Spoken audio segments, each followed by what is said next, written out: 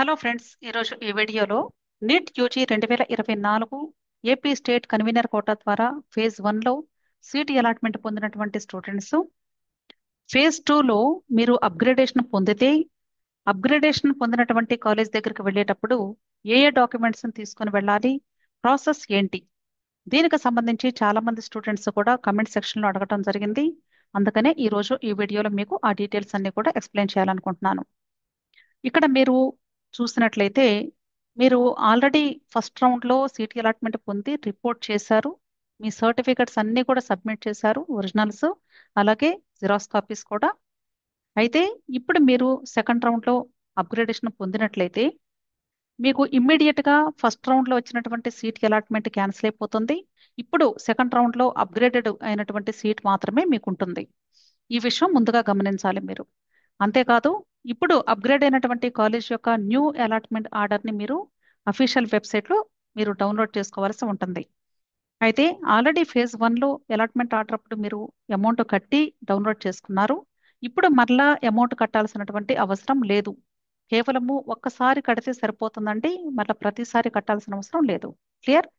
అయితే ఇప్పుడు ఆల్రెడీ మీరు జాయిన్ అయినటువంటి కాలేజ్ దగ్గర ఒరిజినల్ సర్టిఫికెట్స్ ఉన్నాయి, అలాగే మీరు అమౌంట్ కూడా వాళ్ళకి పే చేశారు. సో ఇప్పుడు మరి న్యూ కాలేజ్ వచ్చినప్పుడు ఏం చేయాలి అంటే, ఒరిజినల్ సర్టిఫికెట్స్ మీకు ఇవ్వరు చేతికి. ఆ సర్టిఫికెట్స్ డైరెక్ట్గా యూనివర్సిటీకి వెళ్ళిపోతాయి ఆ కాలేజ్ దగ్గర నుండి. అందుకనే వాళ్ళు ఏం చేస్తారంటే, మీకు అడ్మిషన్ ఇచ్చినప్పుడే కస్టోడియన్ సర్టిఫికెట్ అనేది మీకు చేతికి ఇచ్చారు. ఆ కస్టోడియన్ సర్టిఫికెట్ లో మీరు ఏమి ఒరిజినల్ సర్టిఫికెట్స్ వాళ్ళకి సబ్మిట్ చేశారో ఆ లిస్ట్ అంతా కూడా మీకు ఇక్కడ నోట్ చేసి టిక్ చేశారు. ఒకవేళ మీరు ఏదైనా ఇవ్వకపోతే దాన్ని క్రాస్ చేశారు. మీకు ఇచ్చినట్టు మీరు సబ్మిట్ చేస్తున్నటువంటి ఒరిజినల్ సర్టిఫికెట్స్ కి సంబంధించిన కస్టోడియన్ సర్టిఫికెట్ తప్పనిసరిగా మీరు సెకండ్ ఫేజ్ లో వచ్చిన అప్గ్రేడెడ్ కాలేజ్ దగ్గరికి వెళ్ళేటప్పుడు తీసుకొని వెళ్ళాలి. ఈ సర్టిఫికెట్ మాత్రమే ఒరిజినల్ సర్టిఫికెట్స్ తో సమానం. కాబట్టి మీరు ఇప్పుడు అప్గ్రేడేషన్ వచ్చినటువంటి కాలేజ్ దగ్గరికి వెళ్ళేటప్పుడు ఫస్ట్ మీరు తీసుకోవాల్సినటువంటిది అప్గ్రేడెడ్ అలాట్మెంట్ ఆర్డర్, రెండవది కస్టోడియన్ సర్టిఫికెట్, మూడవది రిలీవింగ్ ఆర్డర్. రిలీవింగ్ ఆర్డర్ కూడా మీరు ఫస్ట్ కాలేజ్ దగ్గర నుండి తీసుకోవాల్సి ఉంటుంది. ఇది కేవలము ఫేజ్ 1 నుండి ఫేజ్ 2కి సంబంధించిన వీడియో మాత్రమే కాదండి. మీరు ఒకవేళ ఫేజ్ 1 తర్వాత ఫేజ్ 2కి రాకపోయినా అప్గ్రేడేషను, మరలా ఫేజ్ 3లో కానీ మీకు అప్గ్రేడేషన్ వచ్చినా సరే, అప్పుడైనా కూడా మీరు ఎలాంటి పద్ధతిని పాటించాలి అనేది ఇక్కడ అందరికీ కూడా యూజ్ అవుతుంది. థర్డ్ వన్ వచ్చేసి రిలీవింగ్ ఆర్డర్. రిలీవింగ్ ఆర్డర్ అంటే ఆల్రెడీ మీరు ఫస్ట్ కాలేజ్లో జాయిన్ అయిపోయారు కాబట్టి అక్కడ నుండి మీరు రిలీవ్ అయితే తప్ప ఇప్పుడు న్యూ కాలేజ్లో జాయిన్ చేసుకోరు మిమ్మల్ని. కాబట్టి తప్పనిసరిగా రిలీవింగ్ ఆర్డర్ కావాలి. ఈ రిలీవింగ్ ఆర్డర్ పొందాలి అంటే మీరు ఖచ్చితంగా కాలేజీకి వెళ్ళాలా అని చాలా మందికి డౌట్ వస్తుంది.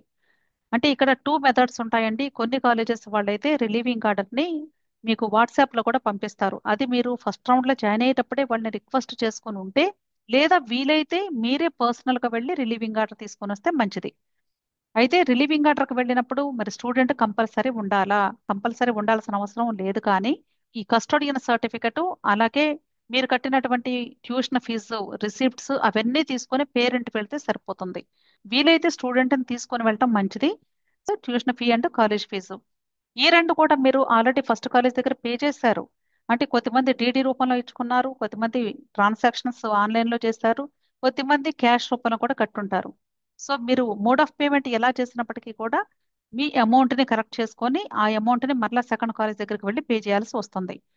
ఒకవేళ డీడీ అయితే మీకు వెంటనే డీడీ ఇచ్చేస్తారండి. అదే ఆన్లైన్ ట్రాన్సాక్షన్స్ అయితే కొంత టైం పట్టొచ్చు అనుకుంటున్నాను. కొద్దిమంది అయితే ఇమ్మీడియట్ గా కూడా ఆన్లైన్ చేస్తారు. కాకపోతే ఒకవేళ ఎవరికైనా సరే ఈ ఆన్లైన్ ట్రాన్సాక్షన్స్ కానీ లేట్ అయితే అప్పుడు మీరు చేయాల్సిన పని ఏంటంటే, ఖచ్చితంగా మరలా సెకండ్ రౌండ్ మీకు ఏ కాలేజ్లో సీట్ వచ్చిందో ఆ కాలేజ్లో ఎంత ఫీజు కట్టాలో అంత అమౌంట్ మీ సొంత మనీ మరలా కడితేనే వాళ్ళు ఎలో చేస్తారు. లేదా ఫస్ట్ కాలేజ్ దగ్గర నుండి తెచ్చుకున్న అమౌంట్ ఉంటే బెటరు. సో ఈ నాలుగు తీసుకొని వెళితే మీకు సెకండ్ రౌండ్ లో ఎక్కడైతే సీట్ అలాట్మెంట్ అప్గ్రేడ్ అయ్యి వచ్చిందో అక్కడ మీకు అడ్మిషన్ ఇస్తారు. అర్థమైంది కదా? అయితే అప్గ్రేడేషన్ వచ్చిన కాలేజ్ దగ్గరికి కూడా స్టూడెంట్ ని తప్పనిసరిగా తీసుకుని వెళ్ళాలా? ఇది కూడా చాలా మందికి డౌట్ ఉంది. గుర్తుంచుకోండి, ఇది స్టూడెంట్ యొక్క కౌన్సిలింగ్, స్టూడెంట్ యొక్క అడ్మిషన్. కాబట్టి ఖచ్చితంగా స్టూడెంట్ పేరెంట్ ఉంటేనే వాళ్ళు అడ్మిషన్ ఇస్తారు, గుర్తుంచుకోండి. ఒకవేళ పేరెంట్ లేకపోయినా గార్డియన్ వెళ్ళినా ఇస్తారేమో, కానీ స్టూడెంట్ లేకపోతే మాత్రం ఖచ్చితంగా ఇవ్వరు. ఈ విషయాన్ని గమనించండి. వీడియో నచ్చితే వీడియోని లైక్ చేయండి, షేర్ చేయండి, అలాగే ఛానల్ని తప్పకుండా సబ్స్క్రైబ్ చేసుకోండి. ఈ నీట్ కౌన్సిలింగ్ కి సంబంధించినటువంటి గైడెన్స్ కావాలి అంటే టెలిగ్రామ్ గ్రూప్ ఉంది. ఆ టెలిగ్రామ్ గ్రూప్ లింక్ నేను వీడియో క్రింద డిస్క్రిప్షన్ లో పెడతాను. మీకు ఇష్టమైతే జాయిన్ అవ్వండి. Wish all the best. Thank you.